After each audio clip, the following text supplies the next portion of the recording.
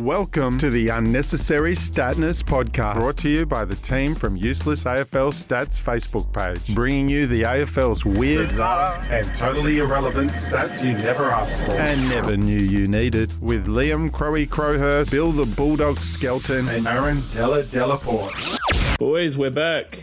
Our producer, who we didn't really introduce last week, in Steve. Thanks, Steve, for all your help with the podcast so far. And we've crowned you the unofficial fourth member of the podcast team, so feel free to chime in as we go. Oh, thanks. I'd be the most useless of the four at this point, but I am looking forward to the segments we've got lined up this week, like Bill's Deep Dive, an update on the Brownlow Medal Award, and Liam's Mailbag should be a ripper. I hear there's plenty of feedback coming through Facebook. We also have a bit of housekeeping from the last episode. We started off by giving out our footy abilities, of which we found out we're all equally as useless as each other, and who we barrack for. I'm a much happier Dockers supporter this week.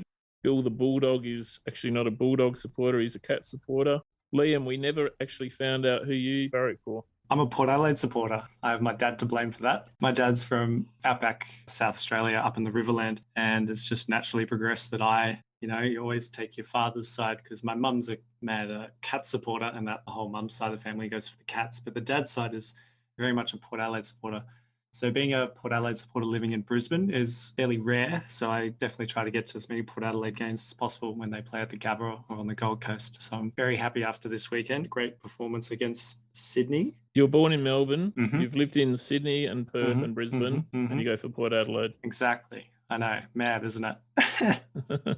All right, so we might switch into some highlights of the round. I think Bill was pretty keen to skip over that first game between Brisbane and Geelong, so we'll go straight into the second game of the round, which was the rampaging St Kilda versus Richmond, and that brought out an absolute plethora of stats for us to talk about. The first one of which was Nick Coffield, who was named as the sub, became subbed out. I believe he's the first named sub to ever be subbed out of a game, which is pretty unusual. We also had Dusty having more Norm Smiths than the Tigers kicked in goals, and that was possibly our most popular stat ever. That sort of went a bit mad on the socials, boys. Yeah, it's nearly up to about 8,000 reactions, which is pretty good effort. I saw a few Richmond fans sharing it under the impression that it was a compliment to Dusty and highlighting his record of 3 Norm Smiths rather than an insult aimed at the round 15 performance of Richmond. Which way did you sort of feel it went, Della? I think it was one of the stats where you could take it either way. I mean, normally the more simplistic the stat, the more people are amused. I mean, it's a pretty basic stat. He's won 3 Norm Smiths. Richmond have only kicked 2 goals in that game, and you just line the 2 up. However, I do know that Dusty does not have 100% record with Norm Smiths. This is one you can use down the pub. You just go into the pub and say, do you know Dusty doesn't have a Norm Smith every time he's played in a grand final? And people will be ultra confused and they'll bet you anything you like because they think they can't lose. And the way you get them is that actually Slim Dusty played in one of the grand finals in the 70s. And of course, Dusty never won the Norm Smith on that occasion. So that's a good one to use down the pub. Little brain teaser, little gotcha. Love it.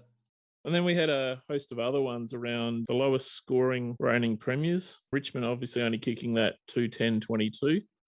Essendon way back, I think it was about 1900s, only scored 1 goal, 4, I think it was. They hold the record, but Richmond was about the 5th or 6th lowest score by a reigning premier. Of course, we had St Kilda losing to the current Wooden Spooners Adelaide the prior game and then beating the premiers in the next round. That's actually surprisingly happened quite a few more times than you'd expect. And the other one was Richmond having more free kicks than their score. Actually happens probably about once a year. Liam, do you have anything to add on that one? I believe we did a post on that last season, and if I remember correctly, I think Fremantle were the only team to do it in 2020, I believe. We're going to have to get a fact check on that. Okay, we might give you a bit of homework to check that one. The other stat, we didn't put up a post about this because the poor young fella, Samson Ryan, he came out onto the ground, went to his first contest, gave away a free. His second contest, I think he got the living stuffing knocked out of him. Went to the bench. He was on the bench for quite a long time. He came back on a few times, but he only managed 1 more hit out. So he had just that 1 hit out and 1 free kick against for the game. So not the most memorable debut by anyone. And of course, the -2 fantasy points and the -1 on the Supercoach. Certainly an impressive start. But looking back, For some other not so fortunate debuts, we also have Jackson Ferguson, St Kilda. He only ever played one game, and on his debut, he had a massive -6 fantasy points, a record, finishing the game with 3 disposals, 4 clangers, and 4 frees against. Absolutely massive effort. He only got one game. He was subbed off after halftime, after about 50% game time, and he was never seen again for the St Kilda Saints. Do you think he was subbed off to the bench, or do you think he was just sort of subbed off to the car park? Yeah, he got an early start home, I think. It's always a good idea to beat the traffic out of Docklands. Amazing. It's actually amazing that sometimes you see a stat like that and you think, surely no one's had worse debut than -2 fantasy points, and then you find that someone has. Have we seen any other negative debuts? Yes, there's been quite a few. There's a total of 18 negative debuts. These include household names all the way from the 80s onwards, including Mark Stockdale for Richmond, Hayden Lamaro for Melbourne, Craig Somerville, Western Bulldogs, Anthony Condon from Hawthorn, Aaron James from Collingwood, Ben Moore from Richmond, Frankie Razzo from Collingwood, all ending up with -3, -4 on debut. The list goes on. And there's also quite a few players that ended up with 0 fantasy points. It's about 43 players end up with absolutely nothing on debut, which is quite amazing. If someone debuts and they want to break old mate Ferguson's record, they're going to have to give away 3 free kicks and not touch the ball at all. Another one that came up in my digging, looking at the good old Supercoach score on debut, one of the worst Supercoach scores on debut is Taylor Garner for North Melbourne. He got a massive -5, which has never happened before for a player on debut. Taylor Garner, 2013, round 20 for North Melbourne, a massive -5 Supercoach points. Looking at his stats for that game, he only had 1 free kick against, 2 clangers, and 1 handball. So yeah, he had one handball. He got subbed on late in the game, so he only ended up with 16% game time. But that 1 handball must have been pretty bad, and the free against must have been pretty bad as well in their loss to Adelaide during that game. The other big news came through on Saturday when we saw 4 games produce 4 margins in consecutive order. So we had the 12 points by Freo, the 11, the 10, and the 9 for the other games. Pretty amazing and rare stat, that one. You were quick on that, Della. I think you noticed that almost at the final siren of the 4th game. You must have been following it closely throughout the day. I tell you what, I was riding that harder than any horse I've ever backed in my life. Yeah, we were pretty quick on that, quickly followed by about 20 Facebook messages.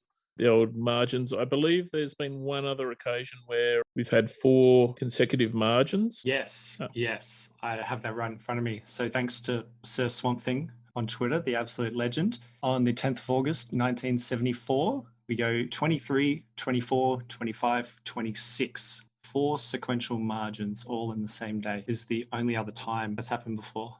We have 9 games around, and generally we have 9 different margins. Normally, sort of 7 or 8 of them are sort of reasonable within 8 and on goals. I might start using the margins to buy some lotto tickets for the next week and see if the AFL can come up trumps for us. What do you guys reckon? Can they pick a winner for you? Yeah, that'd be very interesting. We might have to do a long-term study. We might have to run the previous numbers because I don't want to start it too late. I don't want to find out that in round 3 this year we could have had the winning lotto numbers and now I'm jumping on too late. You can access historical lottery data from national-lottery.com. So maybe we can pull some files up there and check the past. Yeah, I think we've got to check that out. We'll find out what the most lotto numbers to match the margins is for an AFL round. If it's only 3 or 4, I reckon we start buying those lotto tickets. Well, the other one I wanted to talk about was bouncing Bailey Dale. I was watching this game. I actually had tickets to this game and I was getting changed. I just got out of the shower and walked into the lounge room and saw on my screen no crowds allowed at Optus Stadium. And being a Dockers supporter, I was going to go and cheer for the Western Bulldogs, so I missed out on a big win there. That's a lot of my biggest wins have been where I've been cheering against the Eagles. Bailey Dale had 6 bounces coming out of the back line, and I was quickly on to Google to check it out. And we actually had a couple of messages, a couple of astute punters also saw it. But he did not get the record. He only had the 6 bounces, and then he went backwards with a handball. He was crowded in by Andrew Gaff, I believe. But we've posted up on the Facebook page the 3 known 7 bounce plays.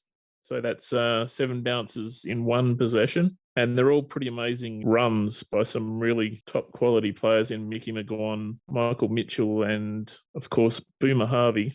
I don't know if either of you guys check those out, but they're pretty amazing. I'm surprised not to see someone of the likes of David Roden on that list, or maybe Assad. I think is definitely a chance to add his name to this. Absolutely, I think amazing Saad list. is almost too good of a bouncer. He takes his full measure every bounce, and to see him take 8 or 10 bounces in a run would take 150 metres of running, whereas Boomer Harvey was almost every 3 or 4 metres was bouncing the ball. So there's an art to it for sure. Yeah, I think Nick Hine normally has a bounce within the first 3 or 4 metres. He gets it in early while he's clear, and then he can run that 10, 15. The challenge is out there now to the rest of the league. If anyone can do it, you've got to be a defensive player to start with, because you need 7 times 15? That's over 100 metres of room to work in. We need someone to go on a big sort of lateral zigzag pattern, opting to bounce more regularly than the every 15 metres. It's going to take some effort. Yes, we need a player to pioneer, instead of the switch kick, the switch around the back, working into your attack. You just go and do it yourself. If you truly can't trust your defenders to take marks around the back, we need a half-back flanker to just bounce right back into their own 50 and bounce all the way across to the opposite side of the field. I think it could be truly revolutionary. We just need someone to, take the game on. I like it. I'm hoping it happens. Now we've got a new segment, boys. One I've called Della Takes a Tangent. Where are we going now? With Della as he takes us on a tangent. And I'm always doing this. I start off, I'm going to look up this player's stats, and somehow I get onto something completely different. And this is completely different because it didn't actually occur when I was doing any research. It actually occurred last Sunday. The missus talked me into taking her out to IKEA, Swedish furniture store. Have you guys been to IKEA before? Yes. There's markings on the floor to make sure you don't get lost. It's a massive maze. Swedish meatballs as well. Yes, I'm very familiar. Yes, I had some Swedish meatballs at the end. But before you get to the meatballs, unfortunately, you need to go through that huge maze. I think it was maybe the second or third product I looked at, and I started noticing the weird names of the products. And I saw one and I thought it said Blomfield. And I thought, Justin Blomfield, they've named some Swedish thing after him. But it wasn't actually that. I was way off on that. But then I started thinking, there's only ever been one Swedish-born player. Do you guys know who the only ever Swedish-born player is? Is it Blomfield? It's not. It's actually Chris Massey, the very Christmassy named player for Carlton. So he was born in Sweden, and I think he's actually adopted. He's actually got quite a good story, Chris Massey. But he's the only ever Swedish-born player. So I was thinking there's got to be some Swedish names, AFL like Holman, that's a bit Swedish, or European, and I started going through the shop, desperately hoping I would find a product named after an AFL player. Funnily enough, I did find a table lamp called Chris Must, spelled Krissmast. So that was close to Chris Massey. It's also close to Chris Marston. I never actually found any product exactly named after players. There was a few that were close.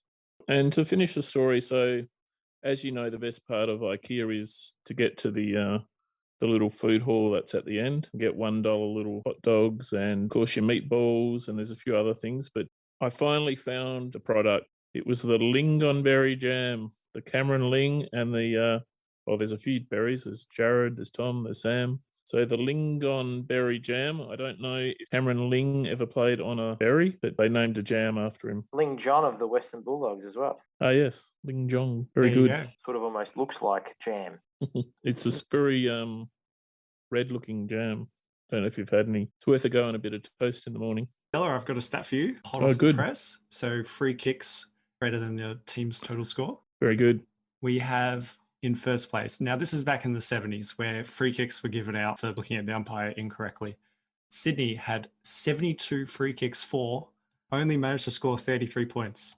Wow. Truly amazing. 39 difference. I A think 39 differential. the team got 39 free kicks in this day and age. The media would be all over it. So that's back in 1971, round 16, Sydney versus Hawthorn. They got 72 frees for and only 55 against. But just having a look at the modern era, so let's say 2010 onwards, it's only happened about 5 times. The biggest one being Brisbane Lions versus Richmond in 2018. Brisbane Lions had 26 frees for while only scoring 17 points. And I was correct. The most recent one back in 2020, most recently, Fremantle versus Geelong in round 8, 19 frees for while only scoring 16 in 2020. So Yes. there you go. Fremantle with the most recent. Well, no longer the most recent, I guess we should say. So congratulations to Richmond. Yes, Richmond can have that record, that's for sure. The deep dive is now sponsored by Joe Danaher. He is the biggest diver over the weekend. So Massive diver. He can have the deep dive sponsorship for this week at least. Deep Dive with Bill. This week proudly supported by Diver of the Week, Brisbane, Joey Danaher. Yes, and that dive was probably a 45 or 50 point difference in the game and really won it for Brisbane. So I was very disappointed with Joey there. But onwards and upwards into the deep dive. It's fair to say that we get a lot of messages about triple double coming into the inbox. For those that don't know, this is a basketball idea. So basically in basketball, you've got points, assists, blocks and steals and rebounds. And what a triple double is when a player gets 10 or more, so double digit in 3 or more of those categories. So for example, 10 points, 10 steals, 10 rebounds. That would be a triple double. So there's lots of questions that we get about equivalent performances in the AFL. And so I have done a deep dive into triple doubles in the AFL to sort of, I suppose, settle the score and answer out to the many messages we get.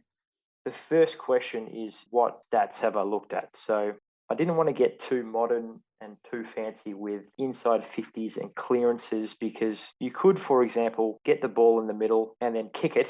And that could be a kick, a clearance, and an inside 50. And I didn't like that idea of sort of people double dipping. So I've looked at kicks, handballs, marks, tackles, and goals. It has the extra benefit of being in the database from 1987 to now. So we can functionally look at the entire AFL era. Della, I've got so many stats to go through. I almost don't know where to start. This is one of my favourite areas. Because when I was just a solo useless statter way back, through the help of the guy who runs AFL Tables, one of our best resources, Paul, he actually got me the stats for quadruple doubles.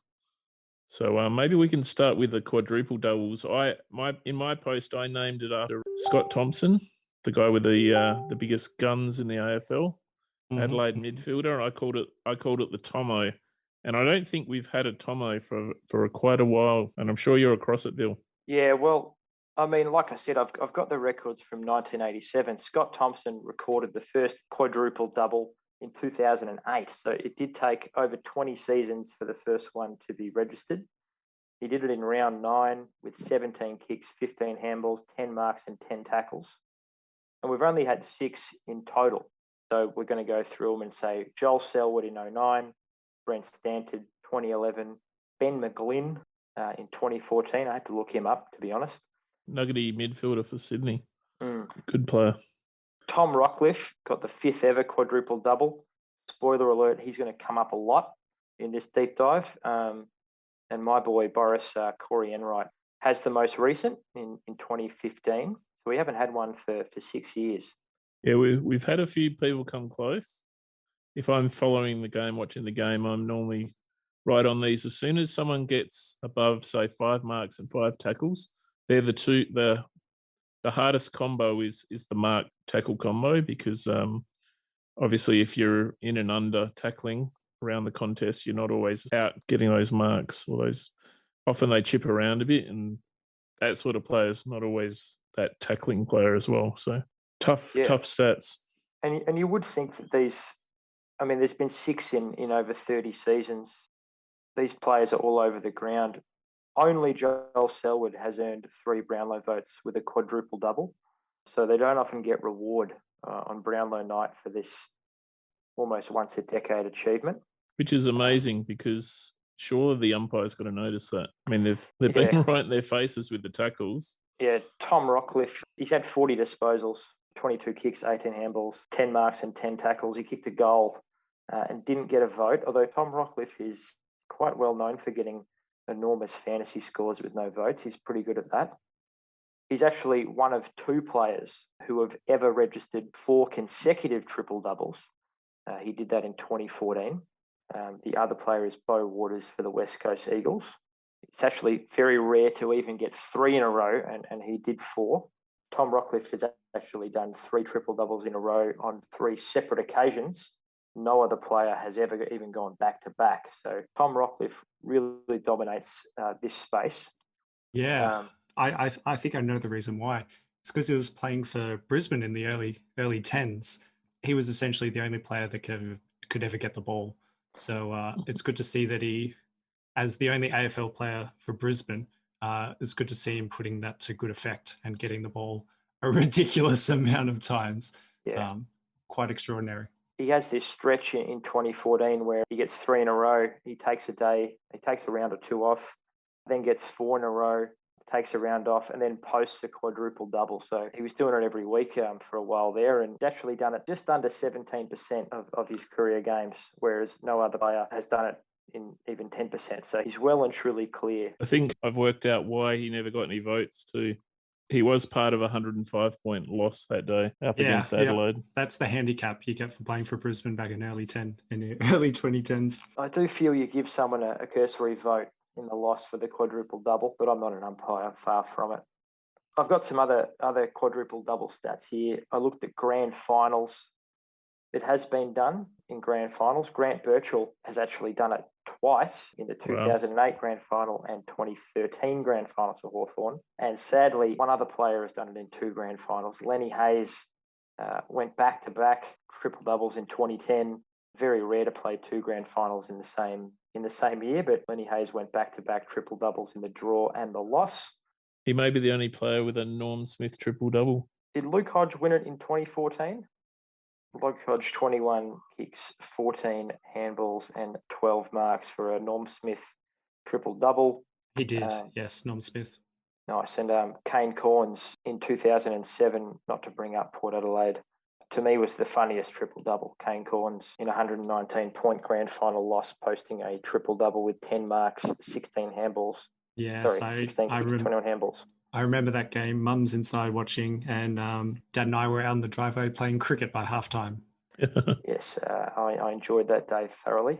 Yep. I remember that day too, because I was actually working in a TAB of all places, and the owners went home because everyone evacuated the TAB prior to the game, and they said, "Oh, we'll come back at the end of the game." So I was just there by myself, and about 200 people walked in after half time. And I was quickly on the phone to the owner saying, "You better come back. Everyone's left the game. They're back in the TAB." We were talking about poor debuts earlier in the podcast.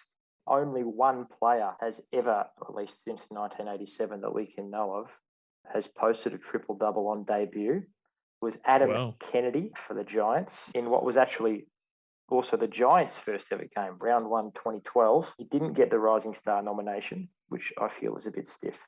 Yeah, he's the only player that we know of the past 33 years to start with a triple-double. I can tell you another Adam Kennedy stat. Please do.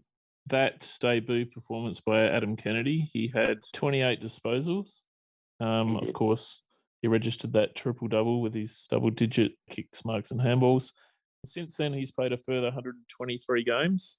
He has not registered 28 disposals. His next best game was 26. He's the only AFL player to ever reach 100 games and have their best disposal tally being their debut game.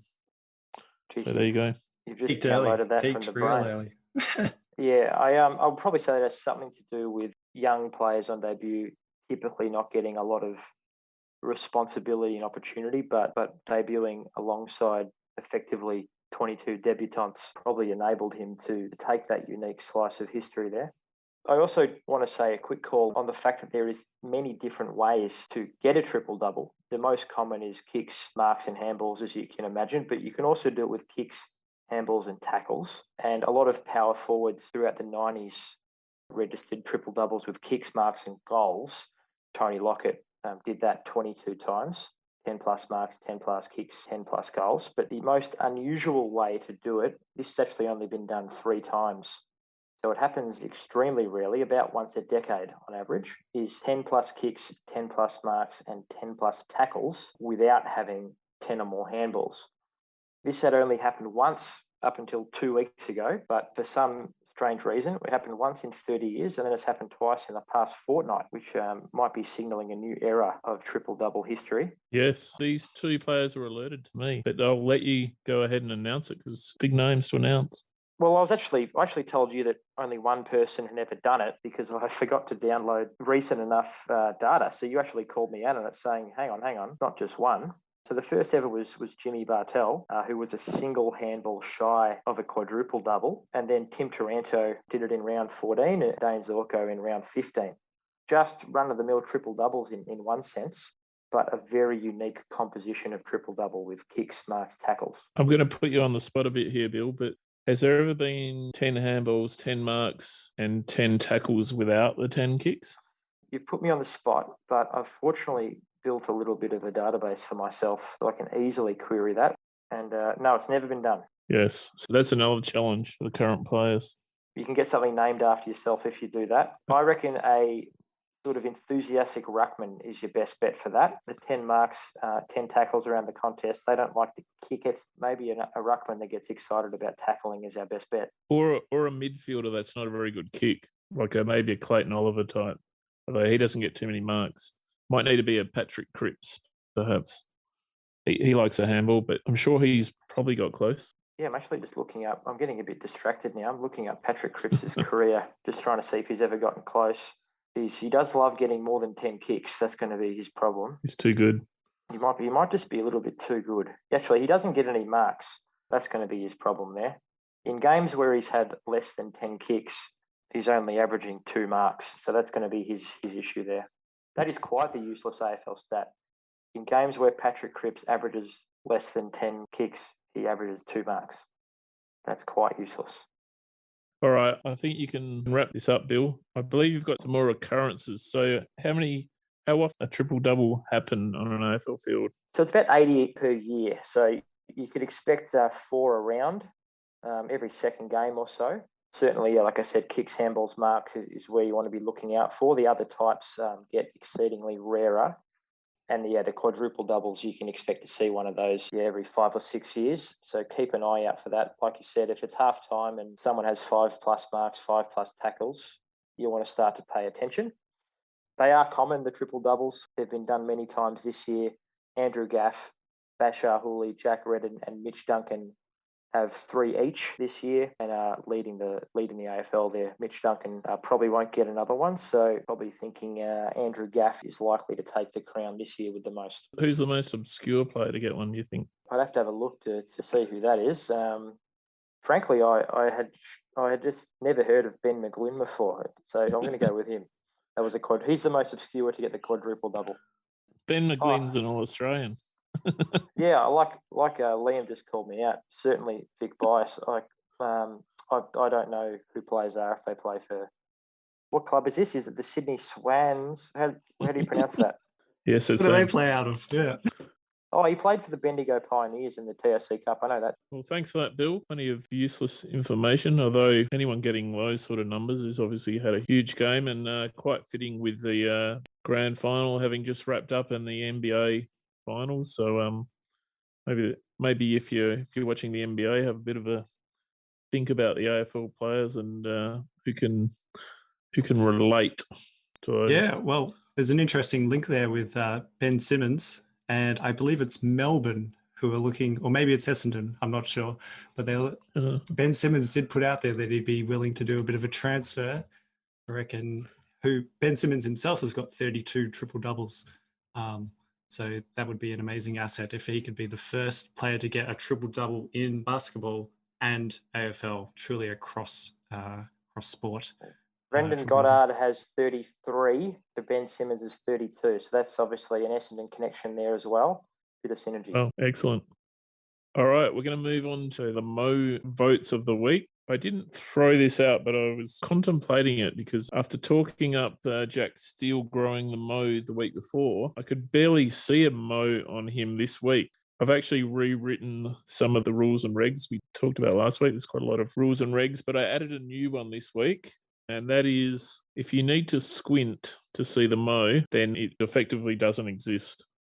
I had to pretty much squint about 50 times to try and see whether Jack Steele had anything there. And I think there was a slight slither, but he's definitely shaved it off over the last week or so and tried to grow something back. So he is not getting any mo votes this week, Jack Steele, although he had a pretty awesome game for St Kilda. He's effectively suspended. He's out of the running for the Brownlow, would you say? Can't or get are his any this points week. capped? No.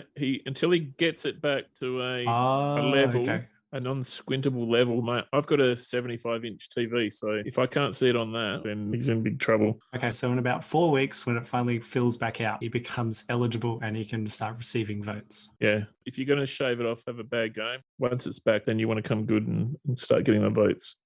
But he's out for this week, so no complaints about him, any St Kilda supporters. And unfortunately, I couldn't find any room for any St Kilda supporters. There's not too many Mo's floating around at the Saints. But Who scored votes this week in the Brown Mo medal? the 5 this week went to Bailey Smith.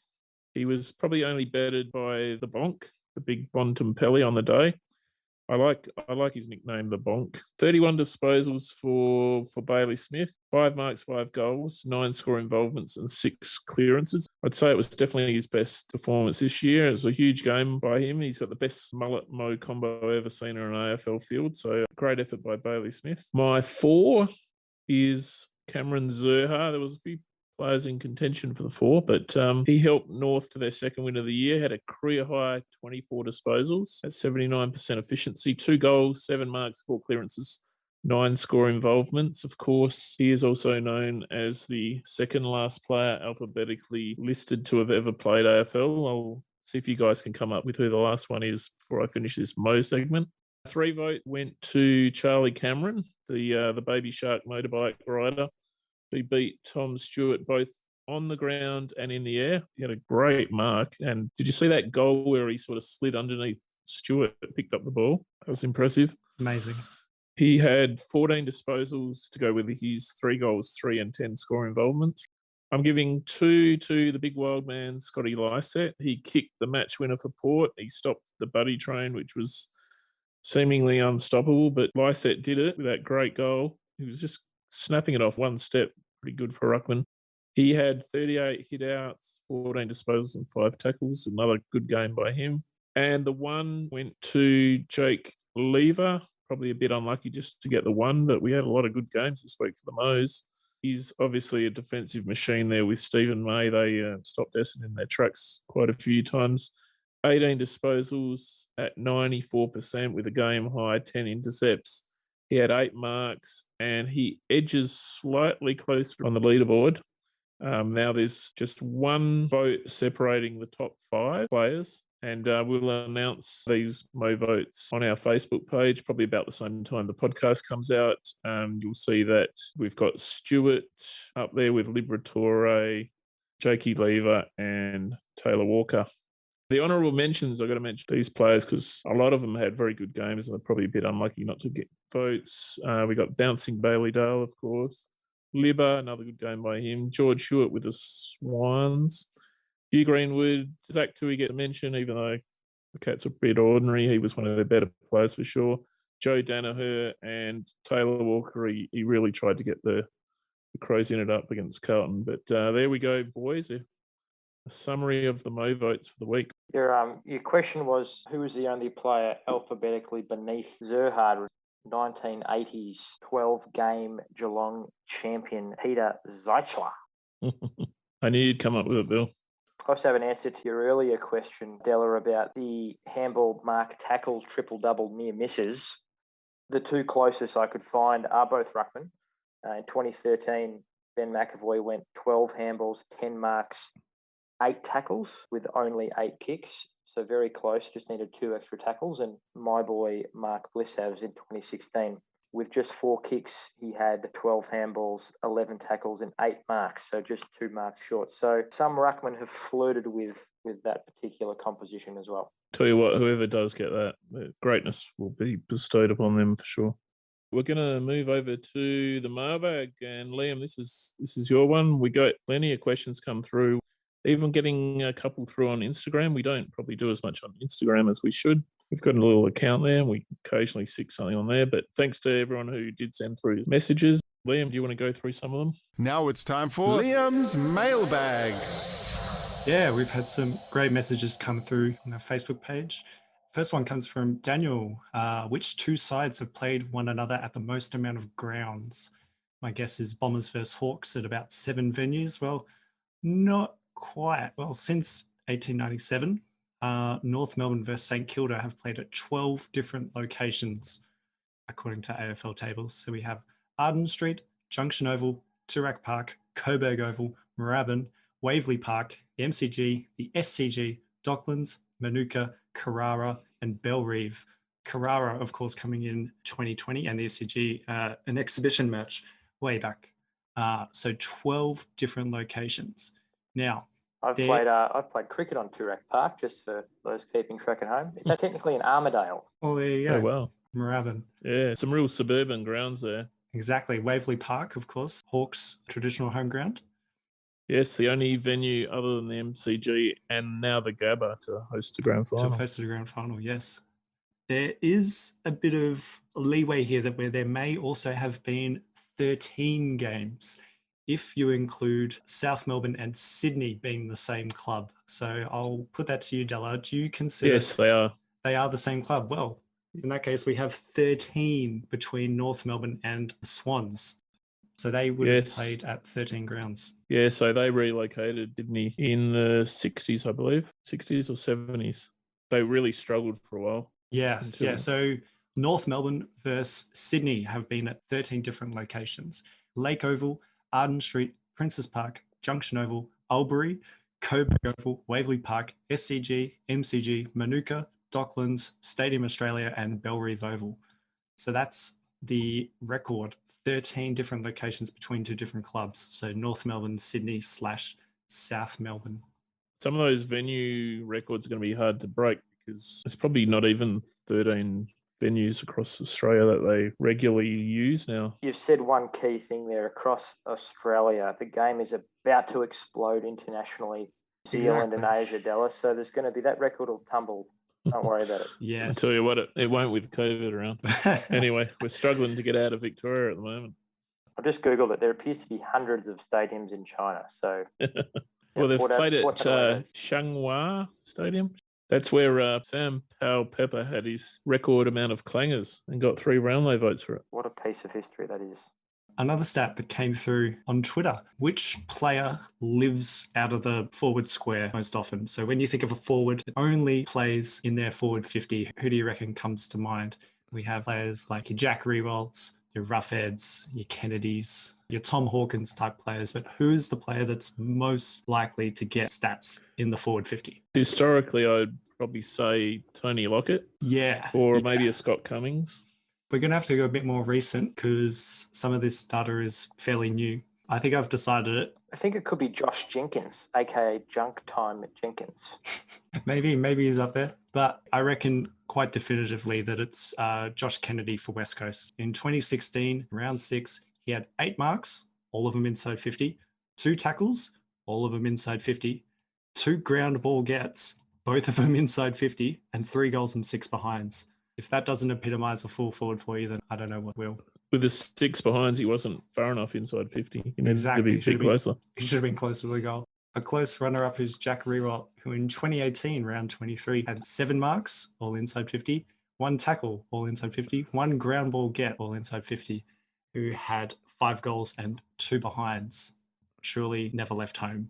I used to play similar, but I didn't do any of the marking or tackling or kicking. Or the ground ball gets. No, I was just there. We also had a new record for the tallest player out of Richmond. So that one goes to Ryan Sampson. So it's not all bad on his debut. He is now officially the tallest player to have ever played for Richmond. Samson Ryan, yes. Beating out Ivan Soldo, 204 centimetres. So Samson Ryan, 206. Congratulations. Yeah, I was trying to make a pun with Samson Ryan about Samson versus Goliath and him actually being the Goliath. Mm-hmm. But I never came through with that. lost all his powers because he cut his hair. Maybe, I don't know, he should grow out his hair. If he does play another game, check out his ears. They're a thing of beauty. He's got Um, ears like open car doors. Amazing. We also had another question in from Mitch.